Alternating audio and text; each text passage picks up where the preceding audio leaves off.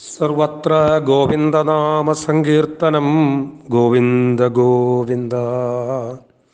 സദാശിവസമാരംഭാം ശങ്കരാചാര്യമധ്യമാം അസ്മദാചാര്യപര്യന്താം വന്ദേ ഗുരുപരമ്പരാം.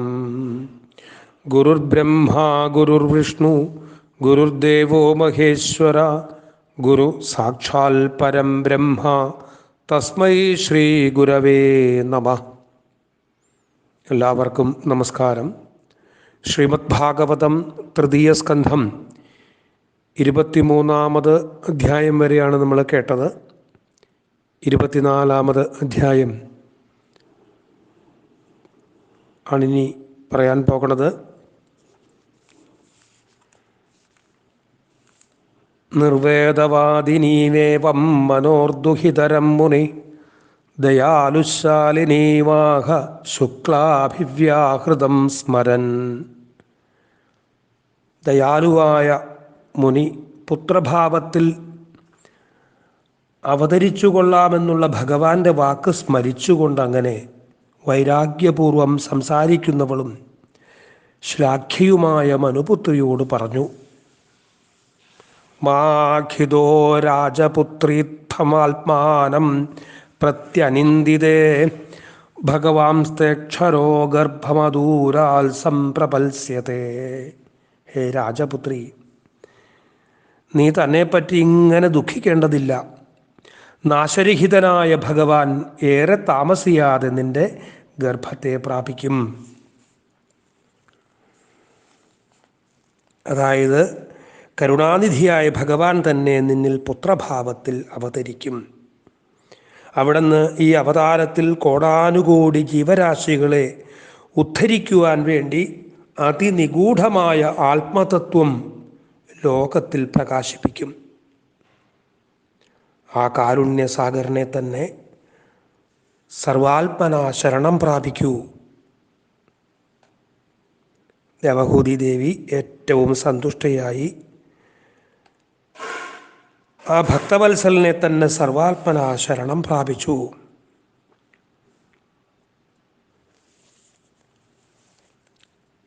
തസ്യാം ബഹുതിഥേ കാലേ ഭഗവാൻ മധുസൂദന കാർദമം വീര്യമാപന്നോ ജജ്ഞേ അഗ്നിരിവ ദാരുണീ.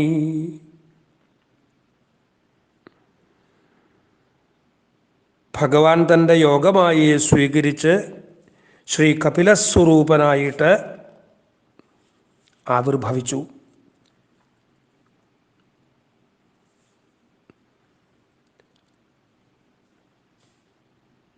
അവാദയം സ്ഥതാ വ്യോംനി വാദിത്രാണി ഘനാഘന ഗായന്തി തം സ്മ ഗന്ധർവാ നൃത്യന്തി അപ്സരസോ മുദാ പേതുസ്സു മനസോ ദിവ്യ ഖേചരൈരപവർജിതാ പ്രസേതുശ്ച ദിശഃസർവ അംഭാംസിജ മനാംസിജ.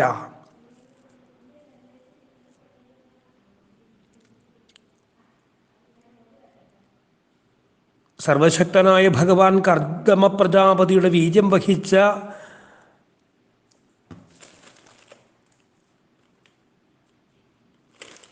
ദേവഹൂതിയിൽ ആവിർഭവിച്ചു എന്നും പറഞ്ഞു. അപ്പോൾ വർഷിക്കുന്ന മേഘങ്ങൾ വാദ്യങ്ങൾ മുഴക്കുന്നത് പോലെ ശബ്ദിച്ചു. ഗന്ധർവന്മാര് ആനന്ദത്തോടെ ഭഗവാനെ കീർത്തിച്ചു പാടുകയും അപ്സരസ്സുകളെ നൃത്തം ചെയ്യുകയും ചെയ്തു. ദേവന്മാര് പുഷ്പവൃഷ്ടി ചെയ്തു. സർവദിക്കുകളിലും ജലവും സജ്ജനങ്ങളുടെ മനസ്സും പ്രസന്നങ്ങളായി തീർന്നു. പ്രസേതുശ്ച ദിശഃസർവ അംഭാംസിജ മനാംസിജ. സജ്ജനങ്ങളുടെ മനസ്സ് തെളിഞ്ഞു, സന്തോഷായി.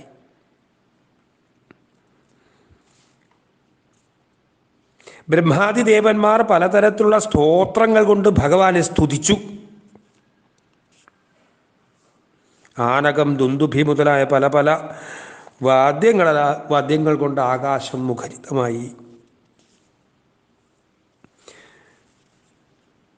ബ്രഹ്മാവിൻ്റെ കൽപ്പനപ്രകാരം കർദമൻ തൻ്റെ പുത്രിമാരെ 9 പുത്രിമാരെ വസിഷ്ഠൻ മുതലായിട്ടുള്ള മഹർഷിമാർക്ക് വിവാഹം ചെയ്തു കൊടുത്തു. പിന്നെ തൻ്റെ പുത്രൻ സാക്ഷാൽ സർവേശ്വരനാണെന്ന് അറിഞ്ഞ് അവിടത്തെ വന്ദിക്കുകയും ചെയ്തു.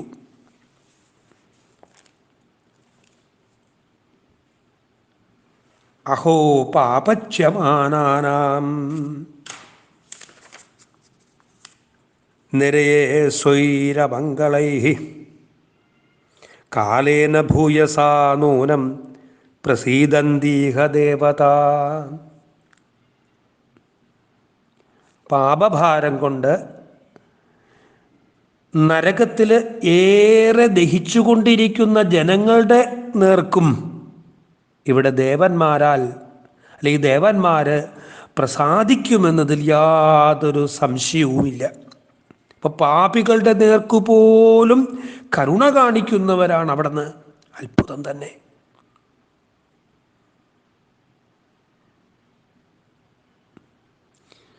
ബഹുജന്മ വിപക്വേന സമ്യക് യോഗസമാധിന ദ്രഷ്ടും യതന്തേ യതയ ശൂന്യാകാരേഷു യൽപദം സ ഏവ ഭഗവാനദ്യ ഹേളനം ന ഗണയ്യന ഗൃഹേഷു സ ഏവ ഭഗവാനദ്യ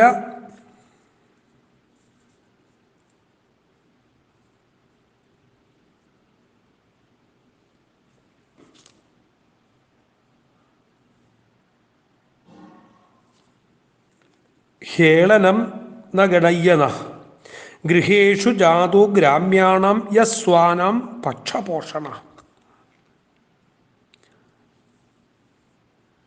സാധകന്മാർ അനേക ജന്മങ്ങളിലെ അഭ്യാസബലം കൊണ്ട് ഭക്തിയോഗത്താൽ ഏകാഗ്രമായ മനസ്സുകൊണ്ട് ഏകാന്തത്തിലിരുന്ന് ആരുടെ പാദം ദർശിക്കുവാൻ നിരന്തരം പ്രയത്നിക്കുന്നുവോ ആ ഭഗവാൻ ഈ നിസ്സാരന്മാരുടെ ഗൃഹത്തിൽ അവതരിച്ചുവല്ലോ. ഭഗവാൻ ഭക്തന്മാരുടെ പക്ഷം പോഷിപ്പിച്ചുകൊണ്ടിരിക്കുന്നു. യസ്വാനാം പക്ഷപോഷണ. ഭഗവാൻ ആരുടെ പക്ഷമാണ് പോഷിപ്പിക്കുന്നത്? ഭക്തന്മാരുടെ പക്ഷം പോഷിപ്പിച്ചുകൊണ്ടിരിക്കുന്നു. ഇപ്പൊ യോഗികൾ എത്ര പ്രയത്നിച്ചുകൊണ്ടാണ് അവിടുത്തെ പാദം ദർശിക്കാൻ കൊതിക്കണത്. അങ്ങനെയുള്ള ഇപ്പൊ വളരെ പ്രയത്നം കൊണ്ട് മാത്രം കിട്ടുന്ന കാണാൻ സാധിക്കുന്ന അവിടുന്ന് ഇപ്പോൾ ഞങ്ങളുടെ ഗൃഹത്തിൽ പുത്രഭാവത്തിൽ വന്നിരിക്കുന്നു. അവിടെ ഈ ഭക്തവാത്സല്യം അപാരം തന്നെ.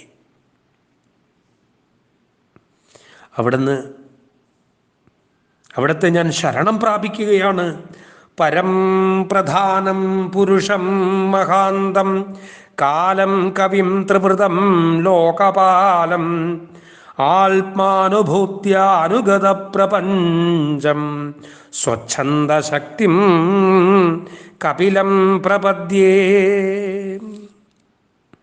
സ്വച്ഛന്ദശക്തിയും സർവനിയന്താവും പ്രകൃതി പുരുഷ സ്വഭാവനും മഹത്തത്വം കാലം അഹങ്കാരം എന്നീ സ്വരൂപങ്ങളിലെല്ലാം ഇരിക്കുന്നവനും എല്ലാം ഭഗവാനാണ്.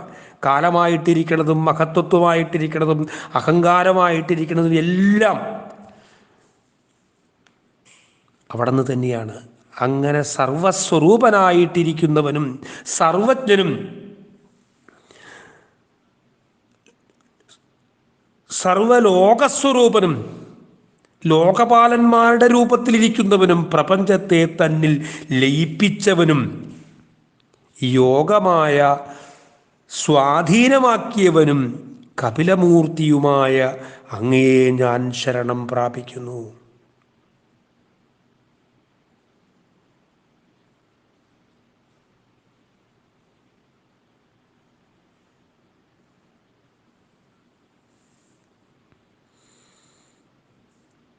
ഞാൻ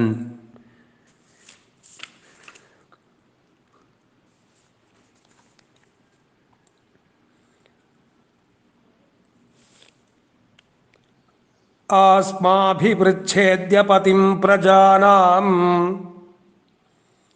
ത്വയാവതീർണാർണൗതാപ്തകാമ പരിവ്രജൽ പദവീമാസ്ഥിതോഹം ചരിഷ്യേ ത്വാം ഹൃദിയുഞ്ജൻ വിശോക. പ്രജകൾക്ക് പതിയായ പതിം പ്രജാനാം, പ്രജാനാം പതി, പ്രജകൾക്ക് പതിയായ അങ്ങയോടിപ്പോൾ ഞാൻ ഒന്ന് ചോദിക്കട്ടെ. ഞാൻ അങ്ങ് അവതാരമെടുത്തതുകൊണ്ട് 3 ഋണങ്ങളിൽ നിന്നും മുക്തനും,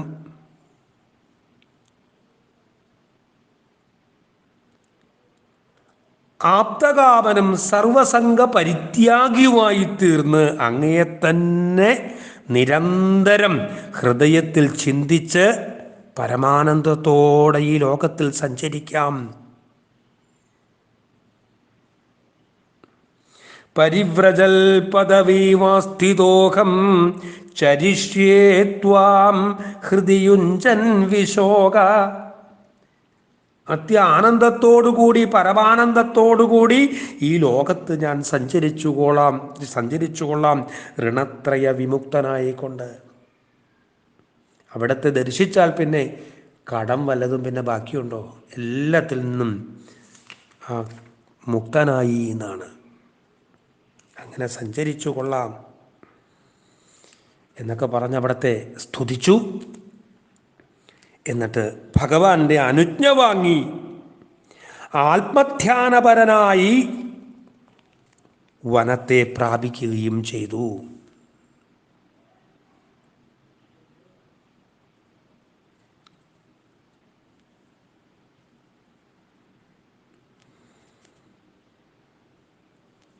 ആ ഭാഗ്യവാൻ എങ്ങനെയാണെന്ന് പറഞ്ഞാൽ ഇച്ഛാദ്വേഷ വിഹീനേന സർവത്ര സമചേതസ ഭഗവത് ഭക്തിയുക്തേന പ്രാപ്ത ഭാഗവതീ ഗതി.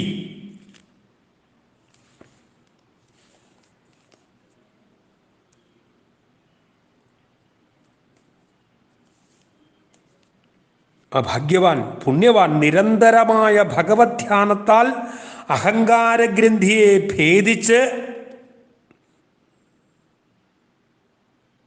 ഒരാഗ്രഹമോ ദ്വേഷമോ ഇല്ലാത്തവനും എല്ലായിടത്തും ഭഗവത് ഭാവം കാണുന്ന ചിത്തത്തോടു കൂടിയവനും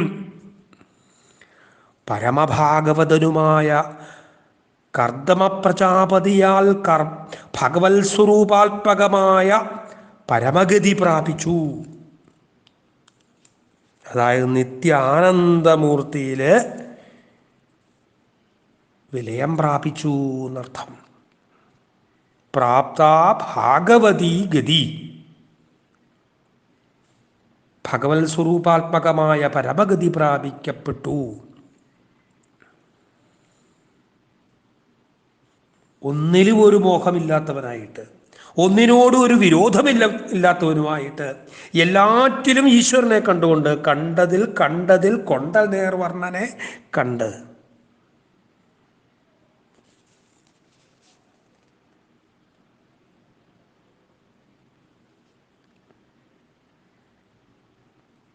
നിത്യാനന്ദമൂർത്തിയായ ഭഗവാനിൽ വിലയം പ്രാപിച്ചു എന്ന് പറഞ്ഞുകൊണ്ട് ആ 24ാമത് അധ്യായം ഇവിടെ പൂർത്തിയായി. ഇനിയാണ്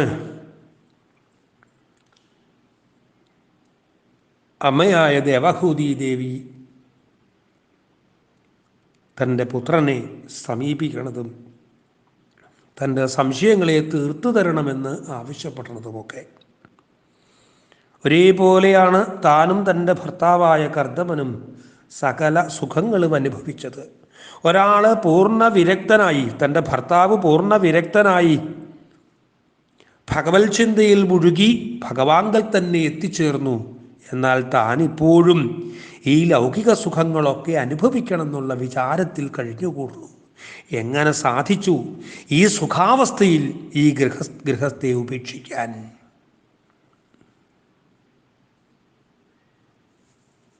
ഈ സംഘം മുഴുവൻ ഉപേക്ഷിക്കാൻ എങ്ങനെയാണ് സാധിച്ചു, എപ്രകാരം സാധിച്ചു എന്നറിയാൻ മോഹമുണ്ടായി. തനിക്കും ആഗ്രഹമുണ്ട്, പക്ഷെ സാധിക്കണില്ല. അപ്പോഴാണ് തൻ്റെ പുത്രനെ ഈശ്വരഭാവത്തിൽ ഗുരുവായി കണ്ടുകൊണ്ട് സമീപിച്ചുകൊണ്ട് തൻ്റെ സംശയങ്ങളെ ചോദിക്കുകയാണ്.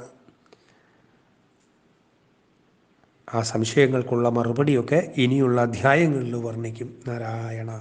സർവത്ര ഗോവിന്ദനാമ സങ്കീർത്തനം. ഗോവിന്ദ ഗോവിന്ദ.